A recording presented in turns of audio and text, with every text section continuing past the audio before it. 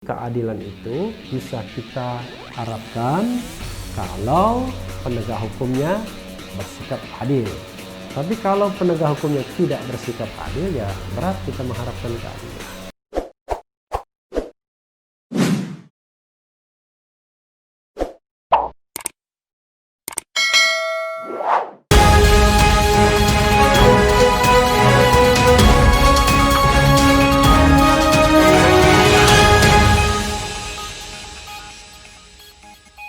Assalamualaikum warahmatullahi wabarakatuh, Sobat RH sekalian.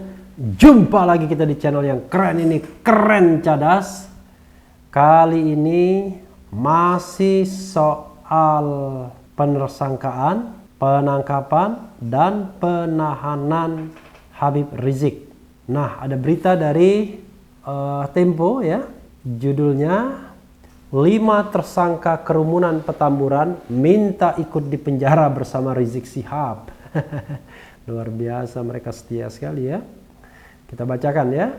Tempo.co, Jakarta. 5 anggota FPI yang juga tersangka kasus kerumunan di Petamburan minta ikut di penjara bersama Rizik Syihab di Polda Metro Jaya. Mereka meminta agar dikenakan pasal 160 KUHP oleh polisi. Luar biasa ya.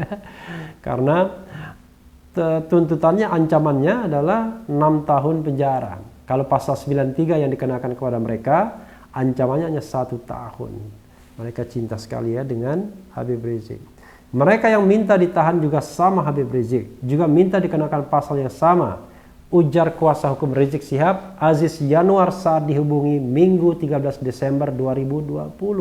Adapun kelima tersangka itu adalah Haris Ubaidillah, Ali Alwi Alatas, Maman Suryadi, Ahmad Sobri Lubis, dan Idrus.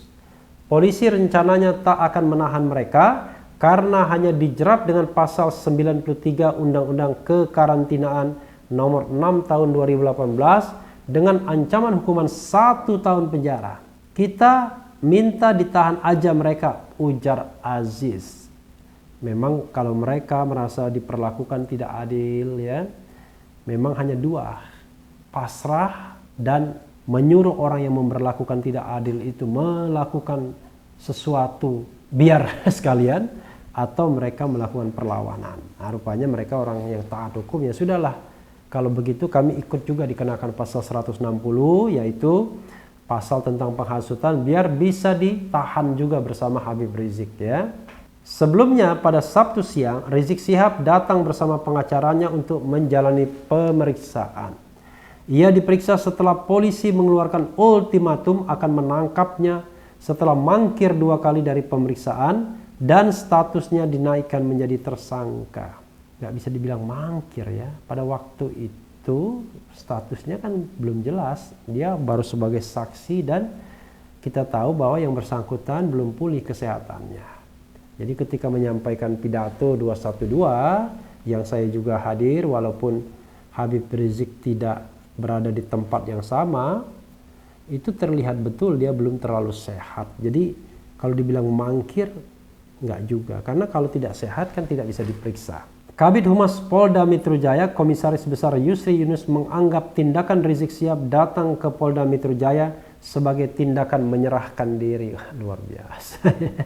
Sebelumnya, Polda Metro Jaya tidak melakukan pemanggilan dan kita akan tangkap ya, karena dia takut ditangkap, dia menyerahkan diri. Jadi ini bukanlah pemanggilan, ujar Yusri.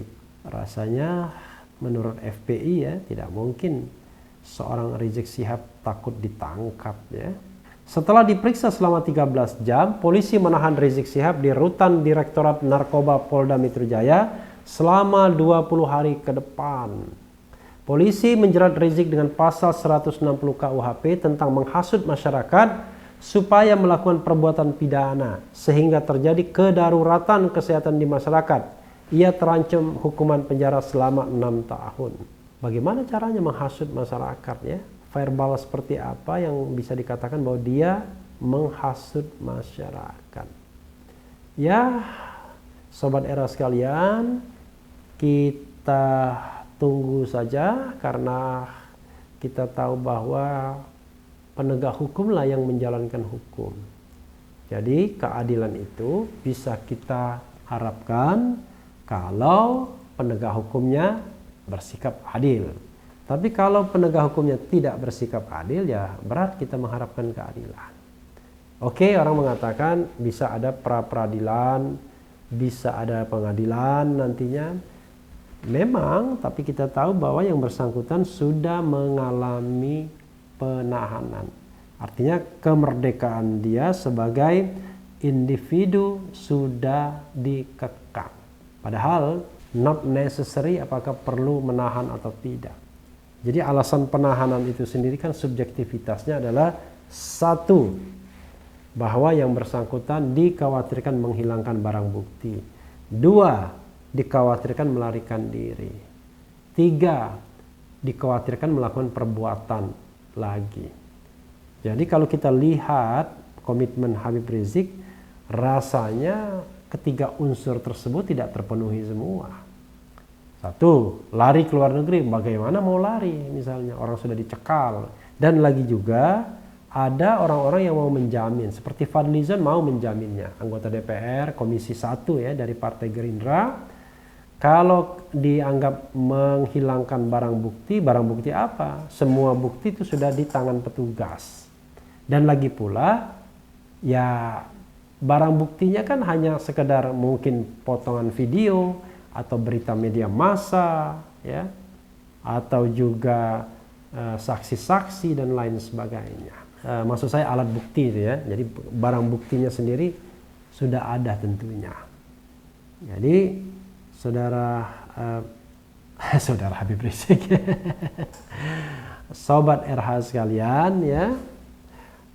Alasan lainnya, tiga alasan tersebut menurut saya tidak terpenuhi ya. Saya ulangi lagi tadi, alasan mengulangi perbuatan. Habib Rizik sudah mengatakan dia stop semua kegiatan dan minta pendukungnya agar mematuhi protokol kesehatan.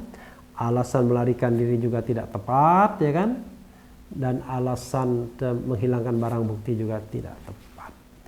Jadi sobat era sekalian, kadang-kadang ketidakadilan itu telanjang di depan mata kita, tapi kita tidak bisa berkata apa-apa. Berkata mungkin masih bisa ya, berbuat tidak bisa. Walaupun berkata pun kadang-kadang ada konsekuensinya. Nah, ini ujian bagi negara demokrasi kita. Sejauh mana sesungguhnya semua komponen bangsa menegakkan demokrasi konstitusional, yaitu demokrasi yang berdasarkan konstitusi.